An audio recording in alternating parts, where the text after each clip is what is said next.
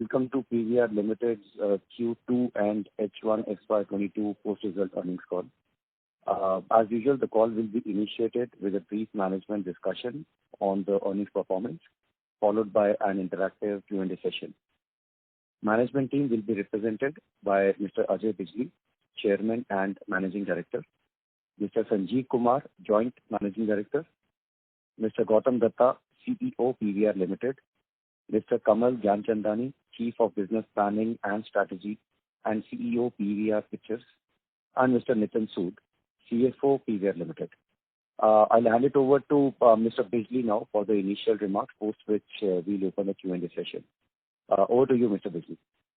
Thanks very much. Thank you. Hi, all of you. I'd like to welcome you all to the earnings call to discuss the unaudited results for Q2 and H1 FY22. I hope you've had the opportunity to review our presentation results, which have been uploaded on our website and the stock exchange websites. Happy to state that we're now permitted to operate all our screens across all states and UTs in India and Sri Lanka, including Kerala, where the operations will start October 25th onwards. While there are still restrictions around capacity, timing of operations and vaccination requirements, we are hopeful that the same would be lifted gradually as the upcoming festive season passes without any significant increase in any cases, COVID cases. Certain states such as Telangana, Rajasthan, Karnataka, Andhra Pradesh, and Punjab with 66% capacity restriction, Gujarat up to 60% have already relaxed capacity restrictions. The rapid pace of vaccination, you all know we reached the 100 crore mark yesterday, in the country makes us extremely bullish on the prospect of our business going forward. I'd like to also extend my gratitude to the doctors, nurses, hospital staff, frontline workers, and the Government of India who've been working tirelessly for the last 18 months in managing the crisis. They've always maintained that theatrical exhibition business is an integral part of the film industry for audiences as well as the content creators. The keenness of audiences to come back to the theaters can be ascertained from the phenomenal performance of the regional movies which have recently been released, maybe Punjabi, Telugu and Tamil.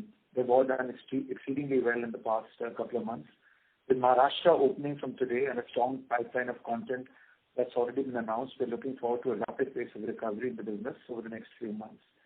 During the year, we also launched 30 new screens. This includes a 6-screen iconic cinema in Jio World Drive, Mumbai, 4 director's cut screens in Ambience Mall, Gurgaon, and 3 screens in Jamnagar, Gujarat.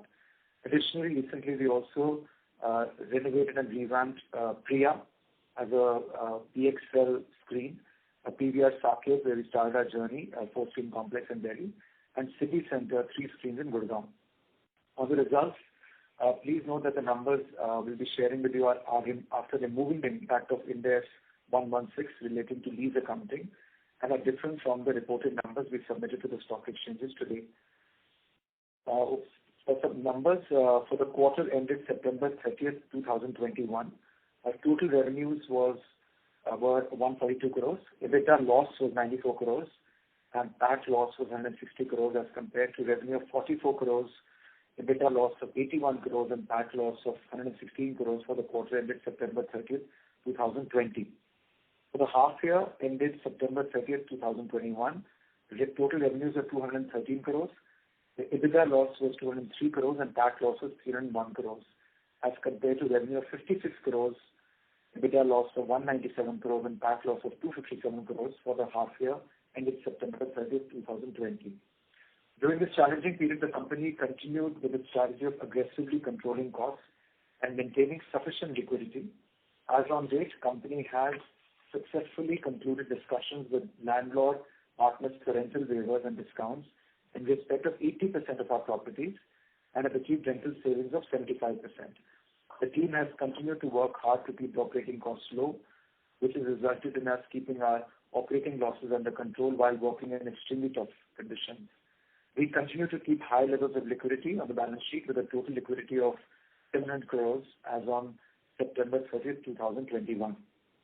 To conclude, I'd like to thank all the stakeholders, including employees, developers, content makers, film fraternity, bankers and investors, and our customers for their continued belief in the business. On the back of a strong consumer demand being witnessed and the healthy content pipeline we have in place, we're very confident that the business will bounce back strongly. With these opening remarks, I open the platform for any Q&A. Thanks once again. Thank you, sir. Ladies and gentlemen, we will now begin the question and answer session. If you have a question, please press star and 1 on your telephone keypad and wait for your turn to ask the question. If you would like to withdraw your request, you may do so by pressing star and 1 again. Ladies and gentlemen, if you have a question, please press star and 1 on your telephone keypad. First question comes from Avnish Roy from Edelweiss. Please go ahead. Yeah, thanks for the opportunity and congrats on finally all states either allowing or going to allow in terms of opening up. My question is on advertising trends. So what we are seeing currently is many sectors are seeing life high inflation of either 1 decade or 4 decades.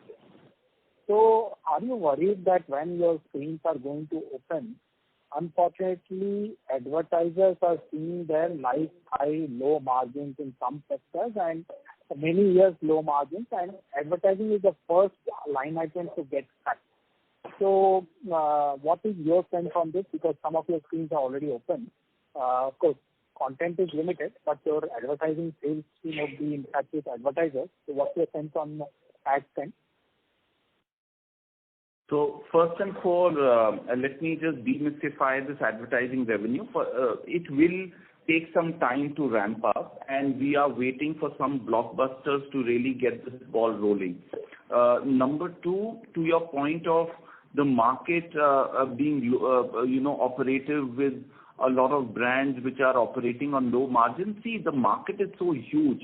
We deal with close to about 1,500 brands, and cinema as a media works with both retail, on ground, small retailers and big brands. So if one brand so decides to kind of not use cinema as an advertising medium, the others do, because a lot of brands today are also looking for impact and be able to have a direct correlation with the consumer, which only a cinema can deliver. Cinema is a unique media medium which actually can touch all your 5 senses. There is no other media today in the country or in the world, perhaps, which actually has the ability to do so. So we are seeing a lot of traction from F&B. We are seeing a lot of traction from brands that need touch and feel and display, like electronic brands. So we are just not worried on that at all. In fact, the kind of response we are getting on advertising is fabulous. It's just that we are waiting for a couple of big blockbusters to sort of come in, and we have an established footfall data for our advertisers. I think we are on the path to recovery. Sure. My second question is on your initiative in T20 World Cup, which is currently happening. Do you see this more of a marketing exercise to get back footfalls which has been missing for the last 18 months? Because in the past, you have been quite cautious on cricket because it is too expensive, right? Plus, it is not a sticky business in the sense you get sporadic cricket rights. So it's not a habit for the customer. Second, of course, Absolutely. How is it profitable? Do you expect it to be profitable? So to answer your question, you're absolutely right. Earlier, we had issues on giving a certain sign-on amounts and getting the content. This year, there are no such strings attached. Every match is like a film. We only sort of run that on a film hire basis, exactly the way we would release a film. So it is, to answer your question, it is profitable. It is actually hugely profitable because we are now giving out shows to corporates, and they are underwriting the entire auditorium for their customers, dealers, or employees, and having this done. So while the coverage may not be massive because there's only one show in a select cinema, but the fact of the matter is it's fairly profitable, and it's a good way to get people back into the cinema and get them to see what's happening on ground, to get them a lot of confidence to come back again for a big movie. And there's no MG, right? You said that, just to reconfirm. When you say NDA, meaning? No MG at all. Correct. No MG. No MG. So just a follow-up, similarly on your gaming experiment or whatever, seems very interesting. So this is a great way to tie up the youth, which should be a focus for any consumption brand. So two questions there. One, states where 100% occupancy has been allowed or even 60%, how is the footfalls for families? These are very early trends, I know, because content itself is limited. But are families coming given kids do not have a vaccine still which is allowed till final stages? And second, on the gaming initiative which you are planning in the coming quarter, what is your long-term expectation from this? Is it very bullish expectation or more of an experiment currently?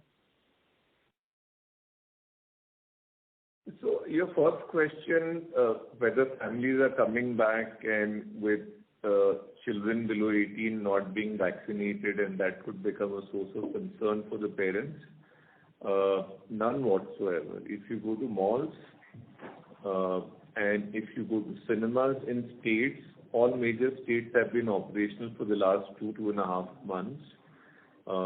And the response that we've seen for films, the new films, be it Punjabi, Telugu, Tamil, Hollywood films, Marvel films which have released day and date with the US release, the response that we've seen is extremely positive. I mean, looking at the first reopening after the first lockdown, there was some apprehensions that we could take a little longer to recover, but the reality has been quite different, and in fact the direction and the uptick, the trend has been very quick, and the direction is upwards, and it's quite clear that people are more than happy to come back to theaters, and they want their life to come back to the usual. So no concerns with respect to families, children coming back to theaters. In fact, looking at the slate of release that we have in November, December, Jan, Feb, March, it's safe to say that the kind of business that we will see over the next 4 to 5 months is something that we've not seen for a very long time.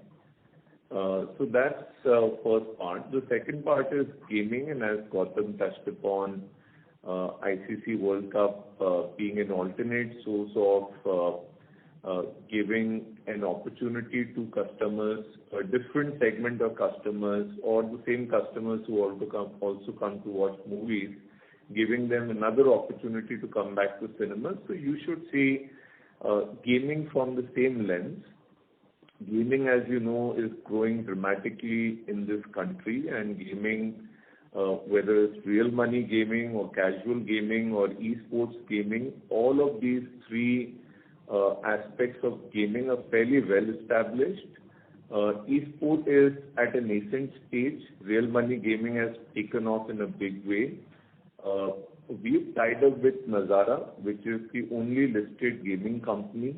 With them and along with Nodwin, which is a subsidiary of Nazara, we've decided to run experiments, pilots to figure out the product.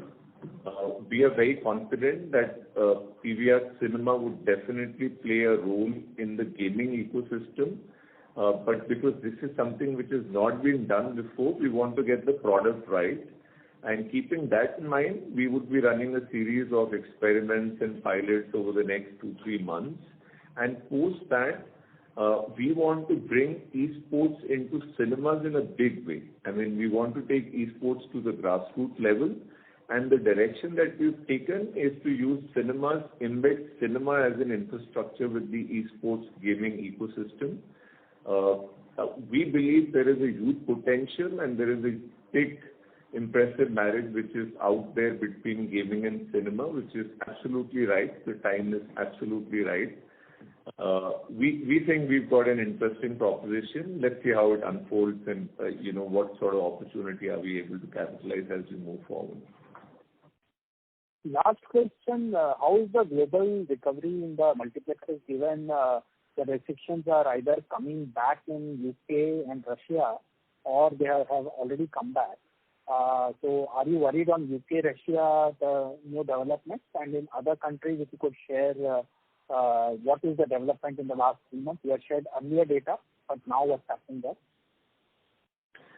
Well, US and all other developed markets, Europe, including UK and Russia, are doing exceedingly well. Bond has become a cultural phenomenon in UK, and not just in UK, and also the other major markets within Europe. US has opened recently, is tracking very well. Box office numbers are extremely impressive. I think all major markets where the vaccination rate is high, the governments have taken a conscious decision that virus and businesses and life will have to coexist. Everything will have to move forward.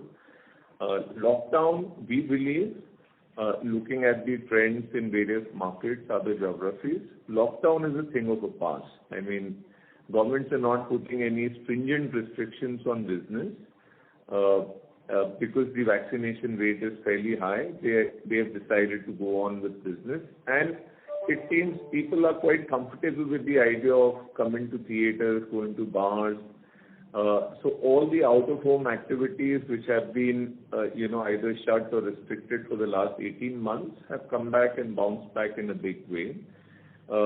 We are very satisfied with what we are seeing in the overseas market, but to be honest, what we are seeing in India is a lot better than overseas market. US market with all the big releases is still at 60-65% of pre-COVID level, but India, the way regional cinema is performing, it appears that we will soon be at 85-90% level pre-COVID by the time we get into November, December. So in fact, India is tracking much, much better than the international markets. And Kamal, is interesting to point out that some states like Punjab, because of the Punjabi films, have actually over 100% of the pre-pandemic numbers now. Okay. Right. That's very helpful. That's all from my side. Thanks. Thank you, sir. Ladies and gentlemen, if you have a question, please press star and 1 on your telephone keypad. And participants are kindly requested to restrict with 2 questions in the initial round and may join the queue for further questions.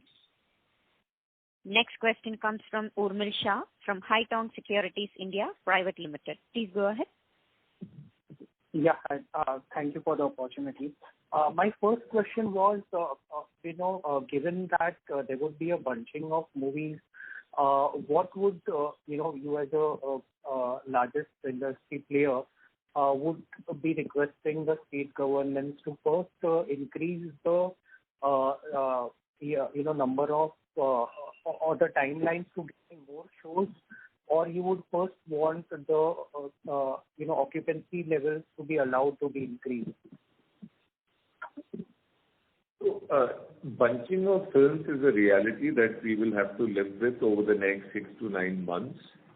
A lot of films have been lying ready for the last 18 months, and they want to be in theaters and, start with their life cycle of exploitation as early as possible. So, and also we are getting into the peak season time for film business. So it's only natural that there would be clashes and bunching of releases.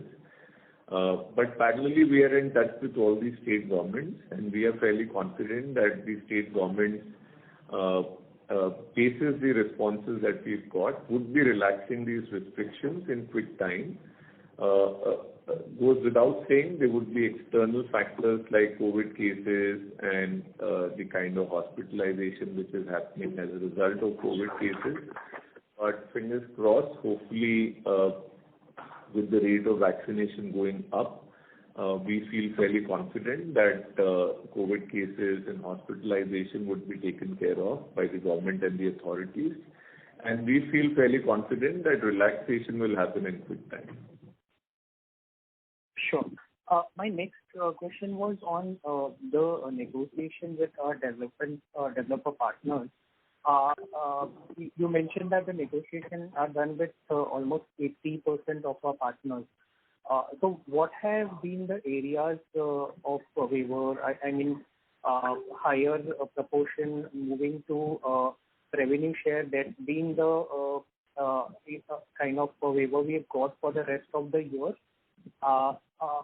If further details on that would be helpful.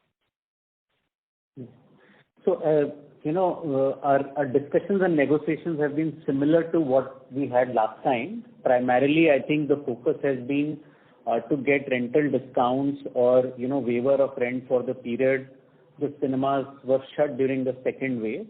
I think that's one of the big achievements that we've largely achieved for most of our circuit. 20% of the circuit is left because Maharashtra and opening was announced only beginning of this month. So some of those discussions will get concluded in next couple of weeks. So most of the rental savings are in terms of, waiver of rentals for the period we are shut. We have got some discounts and some reliefs for the next 3 to 4 months post-opening in terms of rentals that we will be required to pay. Part of those reliefs are in form of discounts on MGs and part of them are in form of revenue share. But most of these reliefs will only be there for next 3 to 4 months and they will gradually fade away as the business returns to normalcy. Sure. And just related to the cost, maybe in FY23, where there is a good chance that we can see normalization, would we still maintain that we can see savings of 10 to 12% on the cost ex of rental, for the company? No, on the rental side, there are no negotiations for next financial year. The rental cost, like I said, as the business bounces back, will come back to what they are contracted basis. So rentals will come back to what our contracted rentals were. We may end up saving because of the initiatives that the company has taken, at least 10% plus saving on a long-term sustainable basis on our people cost and other overhead costs. That is definitely possible and they should fall into place. So I was actually looking at the ex-rental cost. Yeah, that clarifies. Thank you and all the best. Thank you, sir. Next question comes from Ari Kapoor from Investec India. Please go ahead. Yeah, hi, good evening. This is Harit here. So my first question was really on terms of trade with the producers. So I understand that probably for the first month or two, while films release, you will probably the terms of trade will be a bit more favorable, towards the producers as compared to historical levels. But if you could just give a flavor of, what your initial negotiations are suggesting regarding either share as well as theatrical windows. Do you expect a new normal to be created in either of them, or you get back to old levels, going forward? So just a question on the near term as well as on the medium term on this. So these film hire terms, the revenue share terms with the distributors are, it's a moving piece and it's a sensitive principle to principle discussion, but I would only stop it saying that there would not be a meaningful change in the film hire terms as we move forward. There could be small changes in the initial months, but that's about it. That's one. On the windows front, we've moved to a window of 4 weeks for local films. Hollywood films have been maintaining a longer window in any case. But for local films, we've come down to 4 weeks. This is a temporary phase. This is a move which this decision has been taken to ensure that our content partners who suffered financial losses because of delay, they have an opportunity to recover their losses. So keeping the overall interest of film business, we've taken a temporary decision to reduce the window from 8 weeks to 4 weeks. That said, we are confident that this window will retreat to 8 weeks. We would not like to make any forward-looking statements, but all I would say is that the maximum these 4-week windows will continue is till the end of this financial year and not beyond that. Also, please appreciate that the 4-week window that we have in India is unique because in all other countries, all other developed markets, studios have taken a view during the pandemic to release films parallelly on streaming platform as well as theaters. So there was zero window in US market and many other developed entertainment markets. But in India, we managed to keep the window at 4 weeks, which is, as I said earlier, it's a temporary move and it will revert back to 8 weeks. But we would not like to put a firm time frame on this. Just to follow up on this is, wouldn't, given that these are, individual negotiations, over the next 3 to 6 months, would it also not be possible that, say, some of the producers want of a big film or something slightly more mass scale would want, say, a larger window? And could that also be possible that you could see a mix of theatrical window, move over the next 3 to 6 months? Or you think it could be blanket 4? 4 is the minimum window. You are absolutely right. A lot of mass, targeted films which have a broad potential as far as audiences are concerned, they would go for a longer window. So the minimum window is 4 weeks, but in all likelihood, the big films will maintain 6. In some cases, they will go up to 8 weeks. But the minimum that any producer would do is 4 weeks. Got it. The second question is on the capex and new screen opening side. And now that you have a visibility of business coming back, just wanted to get your sense on how do you see maybe second half in terms of screen openings as well as fiscal year 2020? Is there a number that you have in mind now in terms of expansion? Yeah, so as of now, we are only focused on completing the screens which were partly built up or where we had started work during or pre-pandemic. There are a few screens left out of that. We haven't still actively started capex or taking handover of any new screens, which I think will take a view in the next couple of months. And if the business recovery over the next couple of months is fast, we will hopefully start taking handovers and fitting out newer screens that have been waiting for handover. And hopefully, based on the business recovery, we will also take incremental capex decisions and should get back to our, pre-pandemic growth rate by next financial year. Got it. That's it for me. Thanks a lot and all the best. Thank you, sir. Ladies and gentlemen, if you have a question, please press star and 1 on your telephone keypad. Next question comes from Chetan Prakash from Spark Capital. Please go ahead. Sorry, this is Arun Prasad from Spark Capital. Okay. My question is on the similar lines that we spoke about on the recovery. My request is, can you share any insight on the demographics mix that you are seeing now? Is it that mix is any different from the pre-COVID levels? I know it's too early, but qualitatively, can you comment on that? So honestly, we may not have data to prove what I'm about to tell you, but largely what we've been checking is that, of course, more youngsters are coming in. Our band still remains between 15 to 45 is dominant. We are not seeing too many of the elderly people still walk into the cinema, but largely, other than that, we are seeing the core audience of the cinema walking in quite comfortably. and people who walked in once seem to be now getting the confidence of coming again and again, and clearly that's the kind of feedback we've been getting from the consumers. So that is very helpful.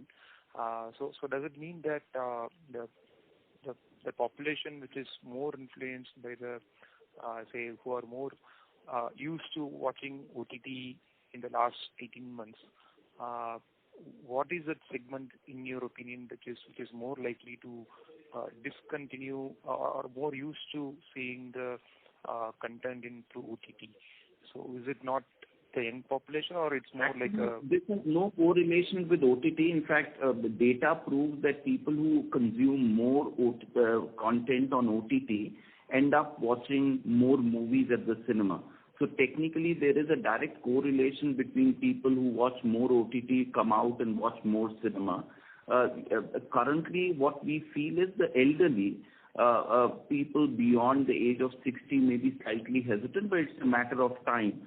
Clearly, that there is movement being seen in that age group as well, and we believe that with a few more films and this whole, movement of families coming out and having a good time starts, this trend shall also be reversed. And honestly, there is no such inhibition of fear that people, because they watch content at home, will not want to come out and watch movies at the cinema.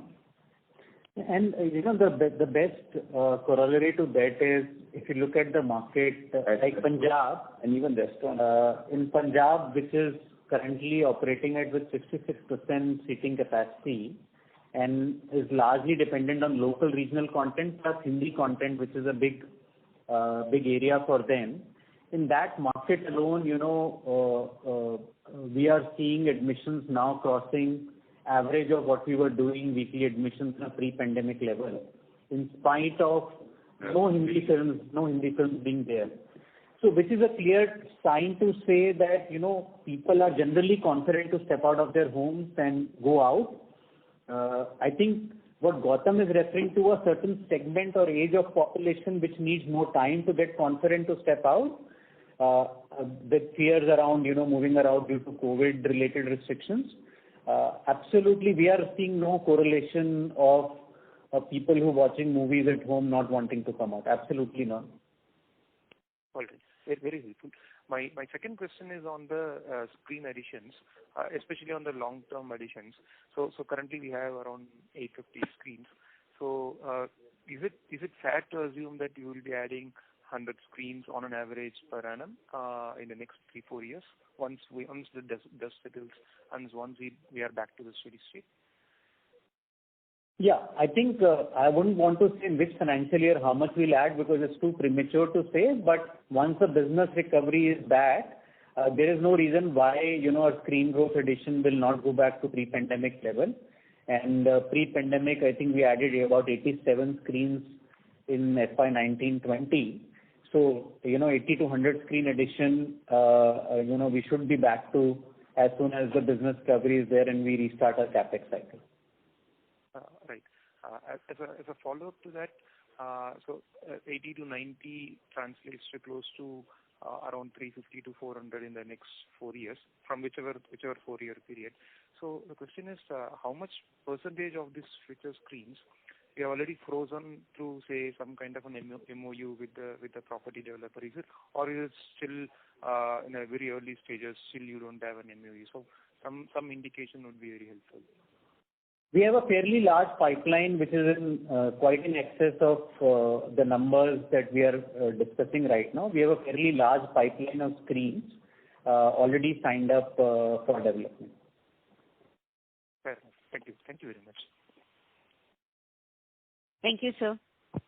Ladies and gentlemen, if you have a question, please press star and 1 on your telephone keypad. Next question comes from Ashish Kanodia from Ambit Capital. Please go ahead. So, sir, just on the rental part, when you speak to some of the retailers, what we understand is that, as the recovery moves from, from let's say 70-80% to say 120% of pre-COVID level, they are paying some certain higher rentals to compensate for the, for the rental waivers. Now, when you look at multiplex players, they have received the highest amount of waivers from this, from the mall owners. So as you talked about, recovery moving to 80-90% by November or December, is there a probability or a discussion that once you cross that pre-COVID level revenue, the rentals will actually go up? Or maybe just for a very brief period of time? No, there are no such discussions. Most of our, rental negotiations are not in the nature of clawback. They are in form of permanent rebates that we've got. Some of these rebates, as I said, are only for the lockdown period. In some cases, rebates are for a few months extra. But once the business comes back to normal, the rentals will go back to what are the contracted rental over the next few months. We don't have any provisions which have a clawback of rentals as such for the future. Sure. And just a bookkeeping question. When I look at the CAM, quarter on quarter, there was a decline in CAM charges. So is there any one-off in that? No, that's purely accounting because as we said, the provisioning has been made on an estimated basis, and as some of the settlements have got reached and final invoices have got, settled with the landlords, we've accounted for the CAM on those basis. When we entered the first quarter and everything was shut, most of these discussions were in progress and we had provided for it on an estimated basis. That provision has just got trued up.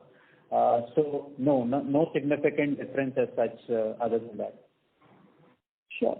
And lastly, on the new store expansion, as and when it picks up, do you see the company entering into more number of newer cities, or do you believe that a large part of the the new screens will actually come in the existing market?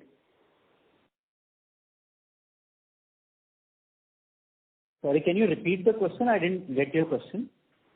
No, I was asking that once the screen opening of the CapEx picks up, the new screens will those be mostly in the in the new cities, or a large part of it will be in the existing market?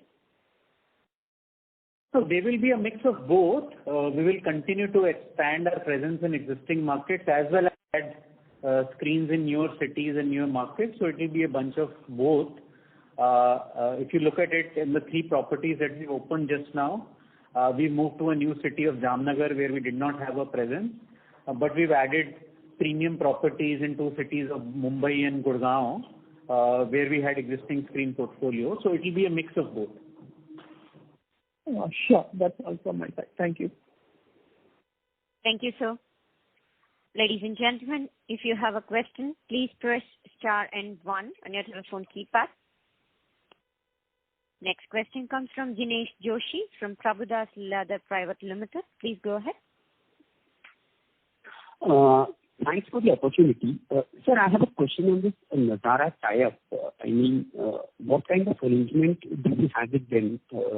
Is it a fixed fee contract, or will it operate on a film hire basis as we do for our movie business?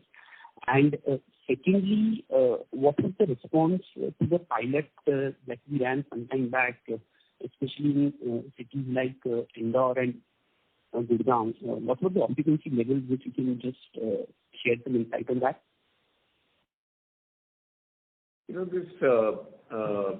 The commercial arrangement with Nodwin, with this partner Nazara, is sensitive commercial information. So unfortunately, we would not be in a position to share it. And so far, the first event or the first show took place in Gurgaon. Indore is slated for 29th of October, and Mumbai and Bangalore will follow.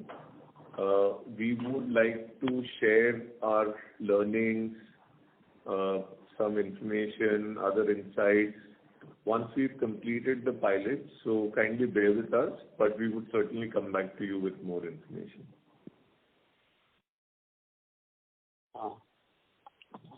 Sure, sir. Another question is on the SPH. If I look at our SPH in this quarter, it is at about 128, and pre-COVID this figure was anywhere between 95 to 100. So is there anything worthwhile which you would want to highlight? The SPH went up significantly. One, of course, there's been a lot of effort at the ground level to increase the strike rate. A lesser number of people walking in. Staff has been able to service the consumer well. We also launched our microwave popcorn. So that also helped in the SPH because a lot of consumers ended up buying these pouches of microwave popcorn. Moreover, the circuit that had opened since August was far more premium circuit for PVR, the north and the south, and that kind of resulted in highest SPH. I think once we get the pan-India operations up, we will possibly level out a little. But the SPH story remains, and it's very, very positive. Is there any element of price hike into this? No, no price hike at all. It's at the same pricing as pre-COVID. No price change on F&B in comparison to how we were operating earlier. Thank you so much, sir. Thank you, sir. Ladies and gentlemen, if you have a question, please press star and 1 on your telephone keypad. Next question comes from Vipul Garg from Kotak Mahindra Bank. Please go ahead. Sir, thank you for the question. First question is, whatever the rent negotiation which has happened, whether the same has been paid for the half year or some amount is still pending to be paid? No, I wouldn't know the specific details, but yes, some amounts would be pending to be paid depending upon how the settlements are playing out. But yes, it's possible that some amount may be pending to be paid. Approximately what quantum? Because trade receivables are very high in your results. It should not. So rent amount will not be reflected in trade receivables. No, that you're talking about trade payables, I'm assuming. Sorry, trade payables. Yeah, I mean, out of that rent won't be a large portion. As Nitin mentioned, we don't have the specific number at the moment, but given the first half rental was in total 75 crores, I don't expect that number to be significant as of 30th September. Okay. And the capex guidance for H2? Very difficult to give a number because we've not restarted capex in a big way, but our expectation is H2 capex will be slightly higher than H1. But it is very difficult to give an exact number because we will take capex decisions as we go along. Depending upon, how we see the business recovery, we'll take decisions on handover of new sites and commencing of capex. Okay, fine. Thanks. Thank you, sir. Ladies and gentlemen, that would be the last question for the day. Now I hand over the floor to the management for closing comments. Over to you, sir. I would like to thank everyone for taking out time to attend the earnings call. In case we have been unable to answer all questions, feel free to reach out to Rahul or me, and we'll be happy to, take those questions separately. Thanks once again. Thank you, Nitin. Thank you, sir. Ladies and gentlemen, this concludes your conference for today. Thank you for your participation and for using Doorsabha's conference call service. You may disconnect your lines.